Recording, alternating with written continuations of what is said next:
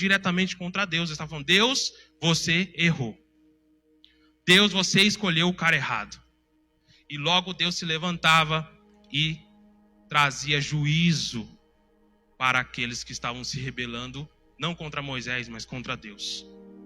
E em Corá e Datã e Abirão vai acontecer uma coisa realmente estrondosa, horrorosa, né? E ali Moisés, Deus, ele fala assim: se afasta do povo que eu vou acabar com tudo agora. E aí Moisés fala: não, Deus, não foram todos que pecaram, não puna todo o povo por causa de alguns. Então Deus fala: Moisés, fala para eles se afastarem, que eu vou punir, eu vou julgar esses homens e suas famílias. Então a terra se abre e consome essas famílias, pai, mãe, filho, animais, tudo que era deles, e a terra se fecha na frente de todo o povo. Imagine esse episódio. Dá para fazer um bom filme de horror aí, né? Mas o povo, com seu coração endurecido, parece que não aprendia. Então, diante disso, eles também, vira e mexe, eles cometiam também o pecado da murmuração. E foi falado também nas últimas pregações. E lá em Números 21, no capítulo 5, onde vai estar dentro da nossa mensagem, eles estavam nesse lugar chamado Cades Barneia, muito próximo da terra prometida, e eles já haviam se rebelado contra Deus, dito aquelas coisas terríveis, né? Apedrejam e matam esses caras aí que estão falando que a terra é nossa, que a gente vai conseguir entrar. Levanta um novo líder e vamos voltar para Moisés. E Deus condenou eles: vocês não vão entrar. Por isso, olha que interessante, a terra estava de frente com eles. Se você olhar o mapa, a terra estava de frente. Cades Barneia, Monte Hor, e a terra e Canaã já estava à frente. E o que Deus faz? Deus fala assim, deu a direção a Moisés para circuncidar, rodear, dar a volta na terra de Edom. E aí quando você olha o mapa, você vai ver justamente que é ao contrário. A terra prometida está aqui e Deus faz assim com o povo: vão por aqui. E o povo, sabendo, o povo começa a murmurar isso, e eles começam a reclamar do caminho, né? Mas eles não... Isso mostra que com tudo isso que eles faziam, eles ainda não aceitavam e eles não criam na justiça de Deus, né? Bom, o escritor aos Hebreus, ele vai falar sobre esse episódio. E agora pode abrir, por favor, o Fabiano, antes de nós entrarmos na exposição do texto. Hebreus capítulo 3, do 7 ao 19, e eu vou ler, vocês podem acompanhar. Assim como diz o Senhor, o Espírito Santo, hoje, se vocês ouvirem a sua voz, não endureçam o coração como na rebelião durante o tempo da provação no deserto, onde os seus antepassados me tentaram, pondo-me à prova, apesar de, durante 40 anos, terem visto o que eu fiz. Por isso, fiquei irado contra aquela geração e disse: o seu coração está sempre se desviando e eles não reconhecem os meus caminhos. Assim jurei na minha ira: jamais entrarão no meu descanso.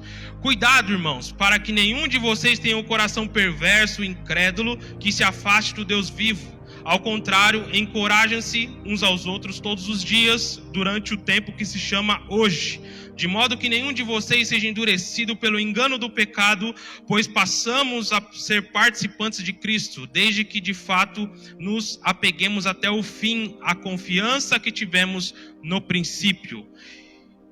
Por isso é que se diz: se hoje vocês ouvirem a sua voz, não endureçam o coração como na rebelião. Quem foram os que ouviram e se rebelaram? Não foram todos os que Moisés tirou do Egito?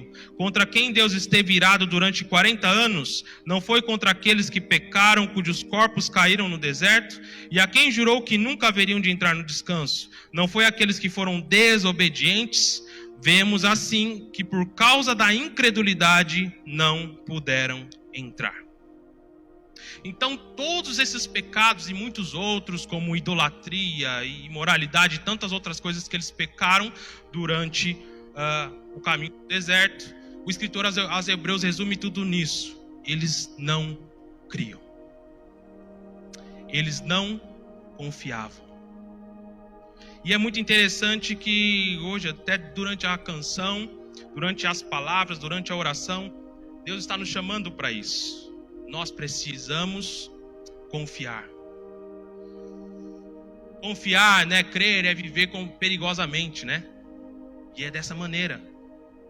Viver no deserto realmente era muito desafiador, não era fácil. Mas o desafio é: confiem na minha palavra, confiem na minha promessa. Mas mesmo assim, o povo endurecia o seu coração. E essa palavra é tão importante porque ela está aplicando para nós. Se hoje ouvirem a voz do Senhor, não endureça o coração. Nós precisamos crer. Nós precisamos olhar para Cristo. E nós precisamos crer. Nós precisamos olhar para a cruz. Nós precisamos crer, né? Abrimos a adoração, na verdade.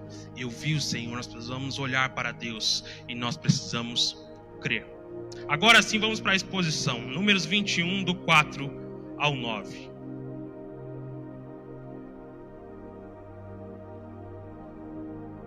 Versículo 4. Partiram eles do Monte Hor pelo caminho do Mar Vermelho para contornarem a terra de Edom. Mas o povo ficou impaciente no caminho.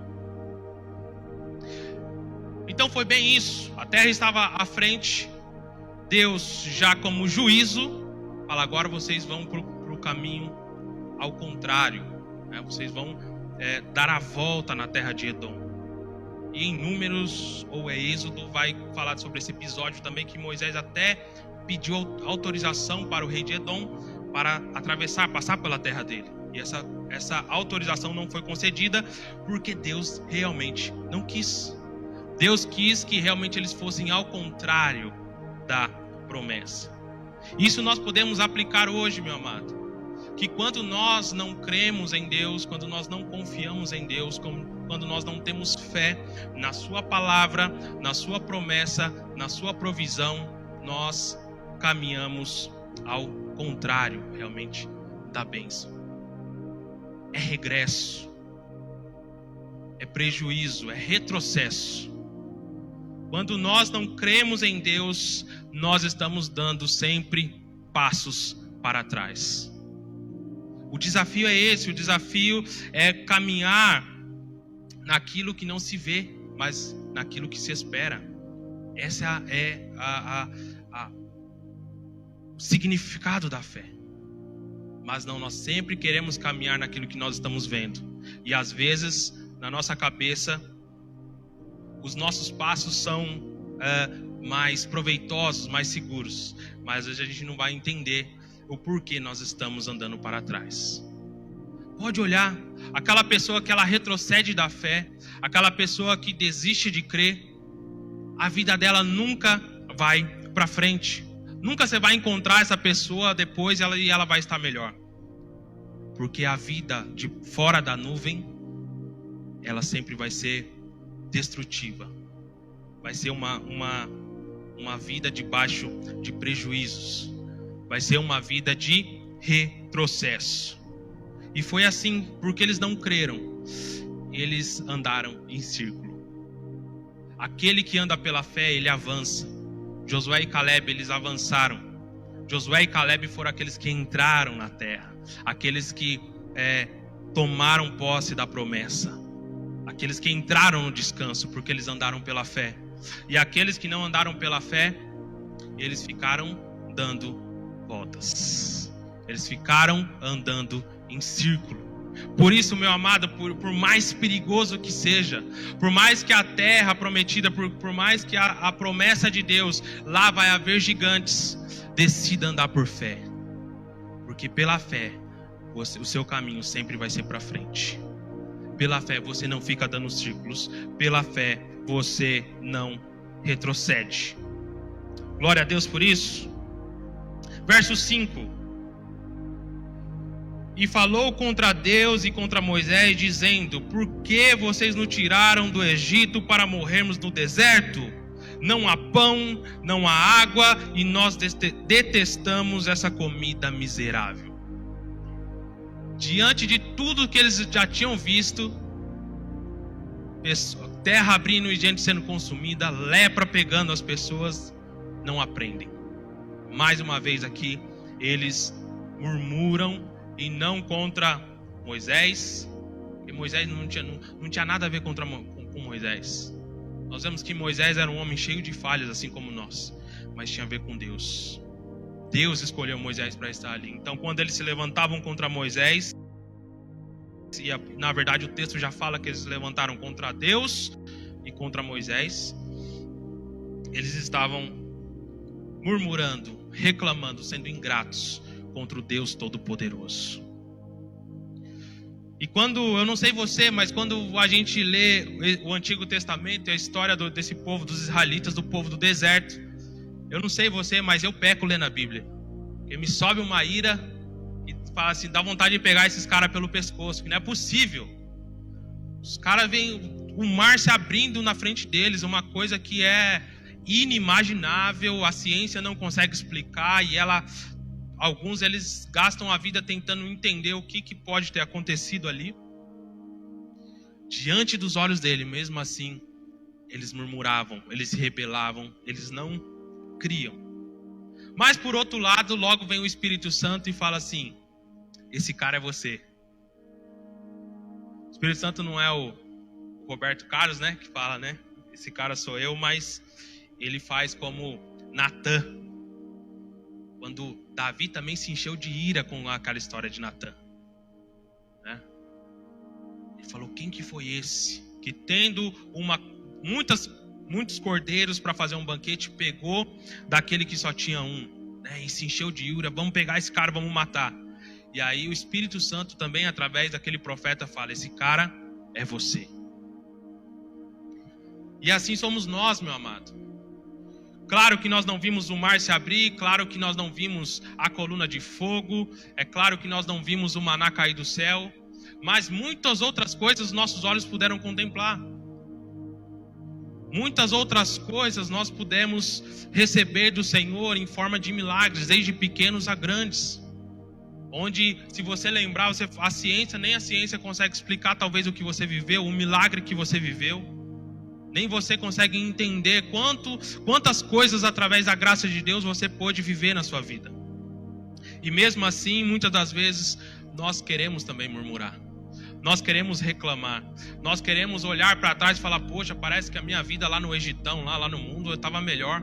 Inventei desse negócio de ser crente, inventei desse negócio de ser líder aí, só BO na minha vida.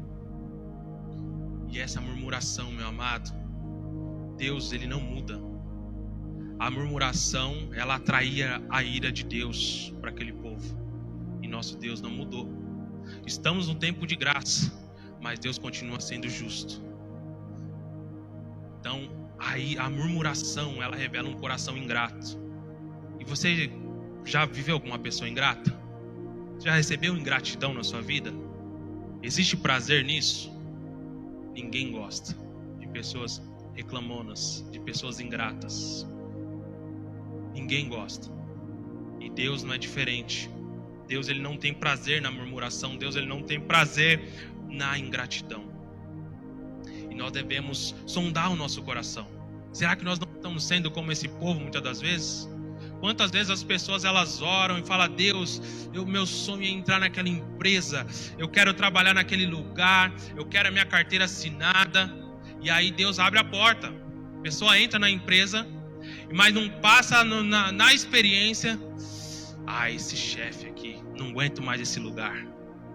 Esse chefe, deixa eu ver ali meu miserite, né? Já começa a murmurar, já começa a reclamar. E quantas pessoas, às vezes ali do meu lado, eu via nessa situação, e eu vinha e eu trazia eles para a consciência. Eu falei: gente, eu participo de entrevistas aqui para trazer pessoas, para contratar pessoas, e eu vejo pessoas saindo de todas essas empresas que vocês agora estão aqui, estão sonhando estar lá. E elas estão aqui fazendo entrevista para concorrer a uma vaga que você tem aqui. Olha o que a gente tem isso, é perfeito? Não é, nenhum lugar é. Por isso que essas pessoas talvez saíram de lá e estão aqui também tentando entrar aqui, aonde vocês estão. Então olhe para aquilo que vocês têm, não por aquilo que vocês julgam não ter. Para de reclamar. E aquilo era incendiário. O reclamão, primeiro, ele muda o ambiente, o murmurador. Ele deixa o ambiente pesado. E ele começa a tomar o coração de outras pessoas, e quando vê, tá todo mundo rebelde. Eu acho que era isso que acontecia lá no povo do deserto. Levantava um atribulado, endemoniado lá, daqui a pouco era metade do povo que estava ali reclamando contra Deus. E aí eu falo, eles não é possível. Como eles, sabendo que Deus ele era justo, como sabendo que Deus ele estava punindo as pessoas, e eles continuavam fazendo, eles estavam deixando de crer. O coração deles endureceram também contra a justiça de Deus. Falou, não vai dar nada. Ó, vem pra tenda aqui, vamos falar aqui. Ninguém vai ouvir. Deixaram de crer, de temer a Deus. Querido, entenda, se você crê em Deus, você teme a Deus. Você não peca em paz, não. Você crê que o Deus da Bíblia, esse Deus do Antigo Testamento, não existe dois deuses, não. Ele é o mesmo Deus. Estamos debaixo da graça, estamos debaixo de Cristo, do sangue de Cristo, graças a Deus. Mas Deus, ele não muda. A palavra de Deus não se zomba. Aquilo que o homem semear, esse também ceifará. Nosso Deus não muda. E nós precisamos temer, nós precisamos crer também na sua justiça. Foi dito aqui em Mateus 6,33, buscai primeiro o reino de Deus e a sua... Ele é justo. E esse povo não cria. Deixaram de crer na justiça de Deus. E sem temor, eles falaram que... Esse versículo 5, ele é muito forte, é muita coragem falar isso de Deus. Por que vocês nos tiraram do Egito para morrermos no deserto? Não há pão, mentirosos. Não há água, mentirosos. E nós detestamos essa comida miserável. Deus deu carne no meio do deserto para eles. E mesmo assim eles achavam argumentos para murmurar, para reclamar, para serem ingratos, para mentir contra Deus. Verso 6. Então o Senhor enviou serpentes venenosas que morderam o povo e muitos morreram. Mais uma vez, Deus não deixa passar em branco, meu amado. E nós vamos ver através do Novo Testamento como a justiça de Deus é aplicada em nós hoje. Mas ela é. Então Deus enviou essas serpentes e eles começaram a ser picados e muitos começaram a morrer. Meu amado, todo pecado ele traz uma consequência. Nós precisamos ter essa consciência. Romanos capítulo 6, verso 23 diz que o salário do pecado é a... E às vezes a gente quer ser como Adão e Eva. Comi o fruto, não morri.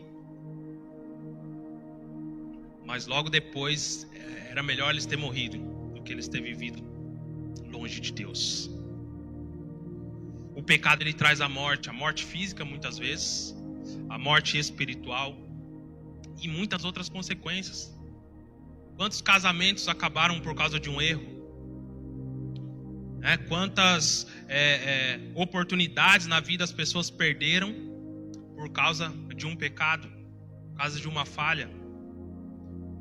E por mais que o amor de Deus ele é imutável sobre nós e realmente nada pode nos afastar do amor de Deus, mas a consequência vai vir. Davi, o homem segundo o coração de Deus, ele falhou.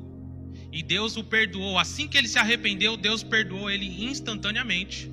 Deus amava aquele homem. E eu creio, na minha concepção, que ele era segundo o coração de Deus porque ele era quebrantado.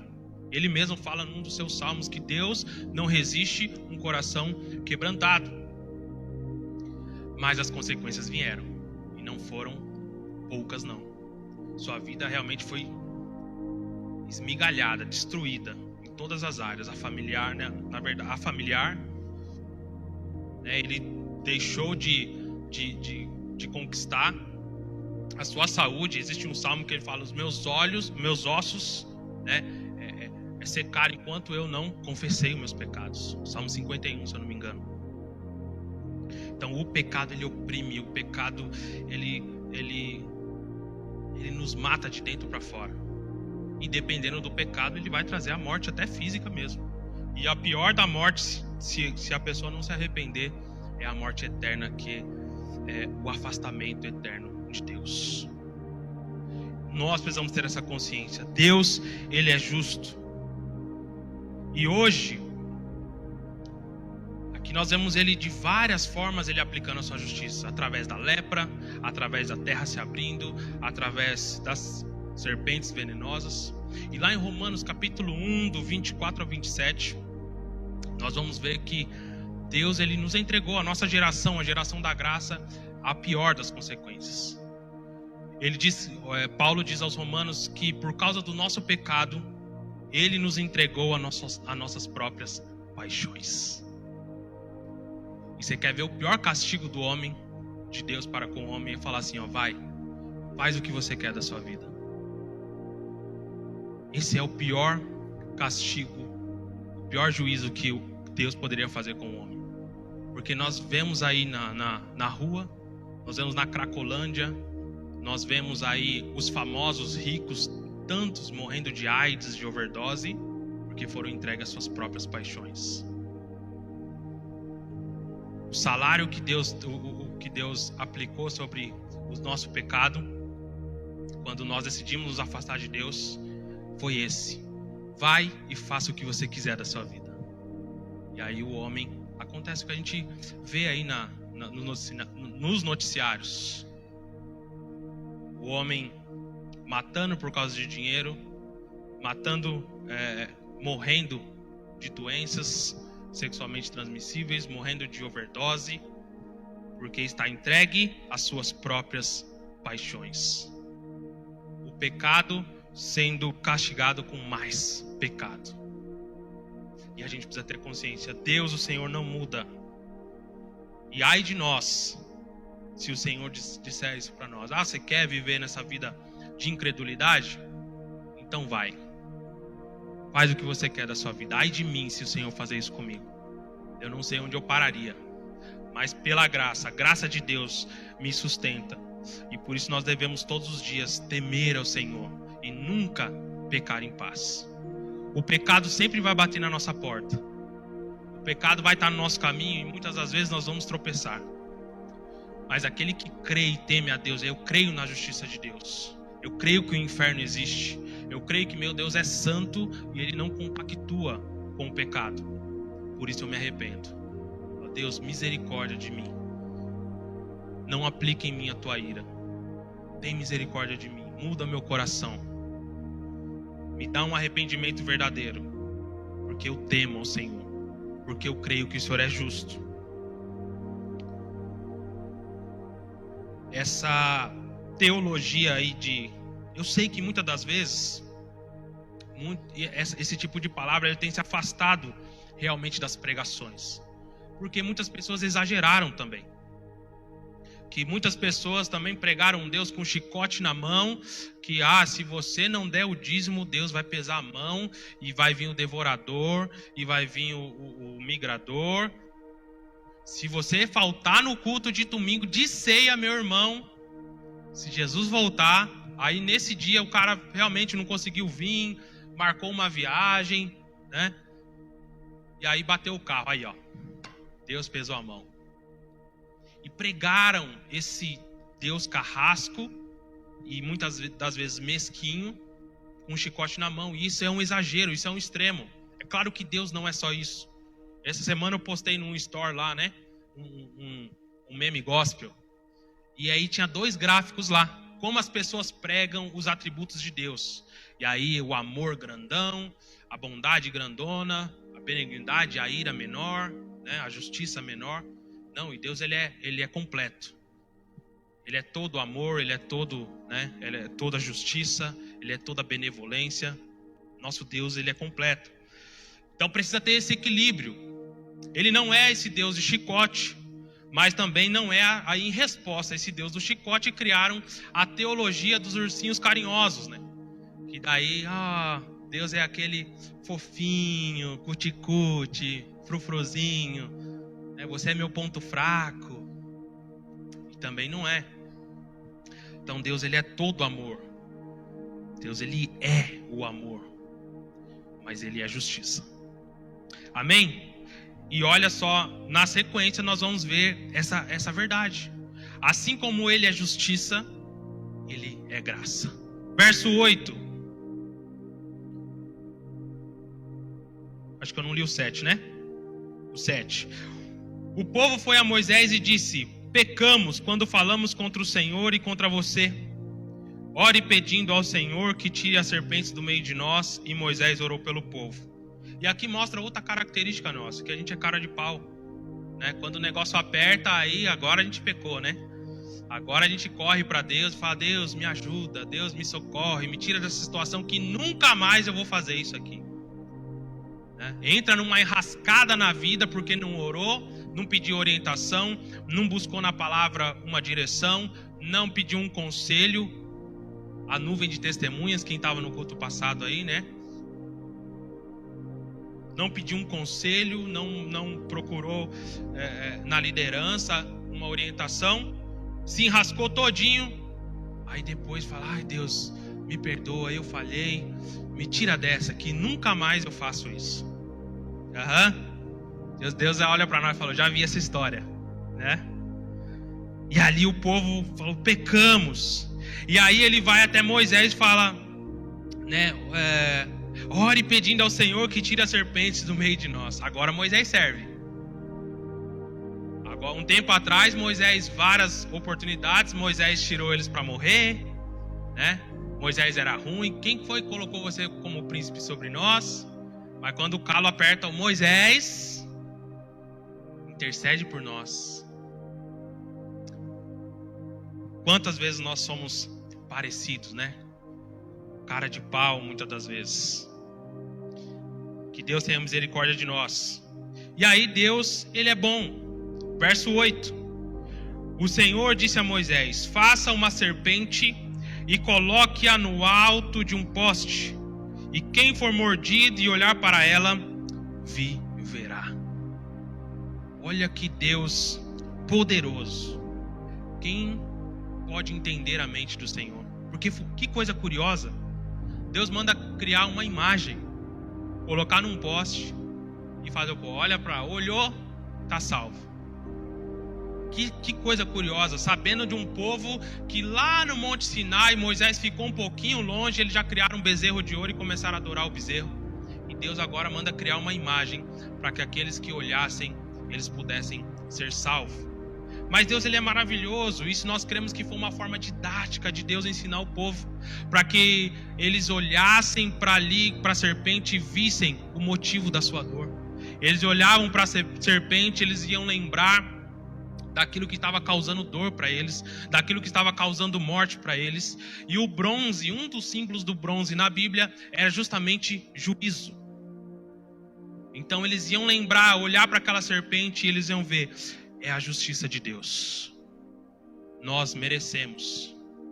E era um desafio também, que esse é o cerne da mensagem, eles olharem, e eles estavam olhando pela fé, porque aquilo não poderia não fazer sentido, até para Moisés. Moisés olhar e falou: tem certeza, Deus? Vou fazer um negócio aqui para o povo olhar? Mas era um desafio. Vocês não vão questionar, vocês vão crer. Olhem e sejam salvos. Creiam na minha palavra, que se vocês somente em olhar, vocês serão salvos, vocês viveriam. Verso 9. Moisés fez então uma serpente de bronze. Veja que ele não questionou, mas ele fez e colocou num poste. E quando alguém era mordido por uma serpente, olhava para a serpente de bronze, permanecia vivo. E aqueles que creram nessa palavra, Aqueles que creram na palavra de Deus, de misericórdia, de graça, e entenda que a graça não é um conceito do Novo Testamento, mas a graça de Deus está por toda a Bíblia. Como eu falei, Deus não muda. Ah não, agora estamos debaixo da graça. Não, a graça de Deus sempre esteve nele, porque o Senhor nosso Deus não muda. Assim como a graça está no Antigo Testamento, a justiça está também no Novo. Assim como a justiça está no Antigo Testamento, a graça também está no Antigo Testamento. E aqueles que creram na palavra, aqueles que olharam para a serpente, eles puderam ser salvos. Agora eu quero te convidar para abrir a Bíblia lá em João, no Evangelho de João, no capítulo 3, do verso 14 e 15. E a gente está caminhando para o final. Aonde que nós entramos nessa história?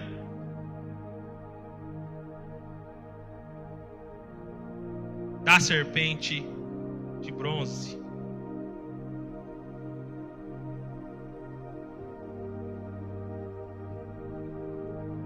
Nós entramos quando Jesus, ele lembra dessa história. Palavras do nosso mestre, João capítulo 3, do 14 ao 15, que diz: da mesma forma como Moisés levantou a serpente no deserto, assim também é necessário que o Filho do Homem seja levantado, para que todo o que nele crê tenha a vida eterna. O próprio Jesus traz à memória do povo essa história, e ele se compara, ele faz essa analogia. O ato de ele ser levantado no madeiro seria parecido, teria o efeito que aquela serpente levantada no deserto teve sobre aquele povo. Então Deus já nos coloca na mesma situação dos israelitas.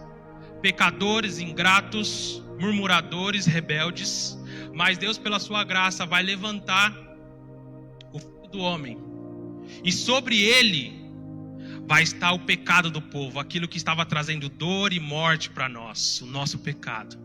Nós, quando olhamos para Jesus, nós vemos se nós estivéssemos lá naquele momento, nós veríamos uma imagem de um homem desfigurado, um homem sem beleza, como Isaías diz. Nele não havia formosura alguma, porque o nosso Cristo, além de ter sido açoitado, sido espancado, estar com fome e com sede, o pecado do mundo estava sobre ele.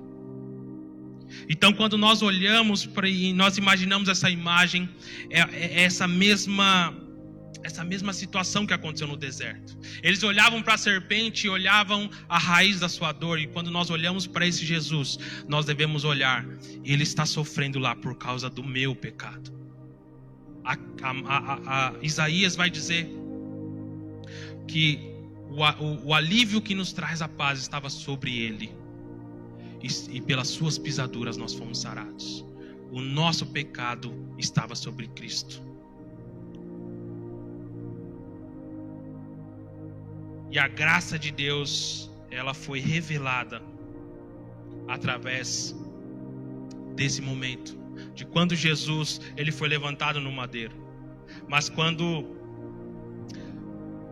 nós pensamos nisso, e as pessoas elas tentam raciocinar, isso também não faz sentido. Como que aquele que nasceu numa manjedoura, aquele que foi humilhado, rejeitado pelo seu povo, rejeitado pelos seus, aquele que se diz que era um rei, mas não governou nada, pode existir salvação, pode haver esperança nessa imagem, numa imagem de uma cruz com sangue, de um homem pregado numa cruz com uma coroa de espinhos, onde não há beleza, onde não há formosura. Como pode haver salvação nisso?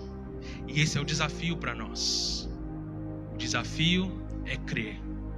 Eles não precisavam entender o porquê Deus quis usar a serpente e porquê Deus quis que eles olhassem para a serpente. O desafio era: creiam, olhem e serão salvos. O nosso desafio não é entender como foi ou procurar comprovações históricas ou científicas. Nós precisamos crer. Que Jesus, ele é um personagem histórico, a ciência já concorda com isso. Mas uma coisa que a ciência nunca vai conseguir provar é a sua ressurreição. É impossível. E deixa eu te falar, Deus não vai permitir que achem mesmo. Porque daí aonde que nós precisaríamos usar a fé? E o desafio, meu amado, é crer. Nós precisamos olhar e nós precisamos crer. Nós precisamos olhar para a sua palavra, que é o Evangelho de Cristo, e precisamos crer. Deixa eu te falar, a palavra Evangelho, ela é uma palavra histórica. É uma palavra, é um termo usado para quando havia uma grande notícia. A notícia de um nascimento de alguém muito importante, ou uma notícia de que um rei, ele foi para a guerra, e o evangelista, que ele era levado para a guerra para noticiar e trazer notícias para o povo da guerra, ele voltaria com a notícia: olha, nosso rei foi para a guerra, nosso rei batalhou e o nosso rei venceu. O nosso rei está vivo e ele está voltando. Esse era o Evangelho, o sentido histórico. E aí quando nós percebemos o sentido espiritual, meu Deus, como isso fica lindo. Os evangelistas estão dizendo a mesma coisa. Olha, o nosso rei foi para uma batalha. Ele foi lutar contra o pecado.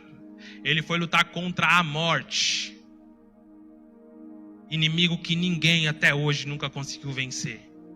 Mas os evangelistas, eles trazem essa notícia com alegria, porque eles dizem: olha, ele morreu, mas ao terceiro dia ele ressuscitou e ele está vindo para nos buscar. Esse é o Evangelho. E qual que é o nosso papel nisso? Crer. Você crê nisso?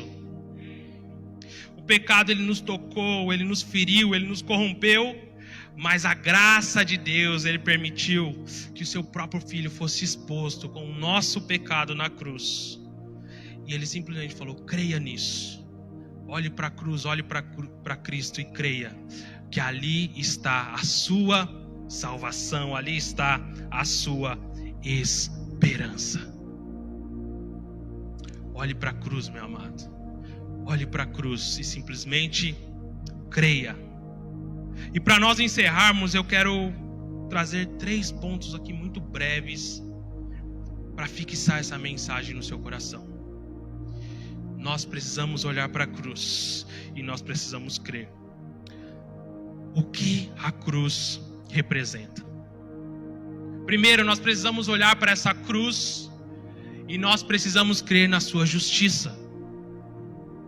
A cruz era a morte mais horrenda, era o suprassumo ali da condenação, era a forma mais vergonhosa, era a pior condenação que um homem poderia sofrer. A cruz é um símbolo de justiça. E Deus, ele é tão justo, meu amado, que a justiça dele pelo nosso pecado, ela precisava ser cumprida. Ela iria ser cumprida. Precisava ser alguém. E a prova dessa justiça imutável de Deus é que ele entregou o seu próprio filho. Ele é tão justo e a sua justiça é tão inegociável que falou: alguém precisa morrer. Se não é vocês, então vai ser meu filho. Mas sangue precisa ser derramado para satisfazer a minha justiça. Ele é tão justo que ele não poupou nem o seu próprio filho. Quando nós olhamos para a cruz, nós devemos lembrar da sua justiça. Ele é justo e nós precisamos temer a justiça de Deus. A palavra de Deus diz que Jesus morreu por nós, não para nos livrar do pecado, mas para nos livrar da sua ira. Isso é muito forte. Ai de nós estarmos debaixo da ira de Deus. E o sangue de Jesus, ele nos livra da ira de Deus. Olhe para a cruz, meu amado, e tema o Senhor. Se você tem vivido uma vida entregue ao pecado, se arrependa. Creia que o Senhor não muda. Não tenha um coração endurecido como o povo no deserto. Vou fazer isso aqui, não vai dar nada. Deus nem está vendo. Vai passar batido. Olhe para a cruz e creia na sua justiça.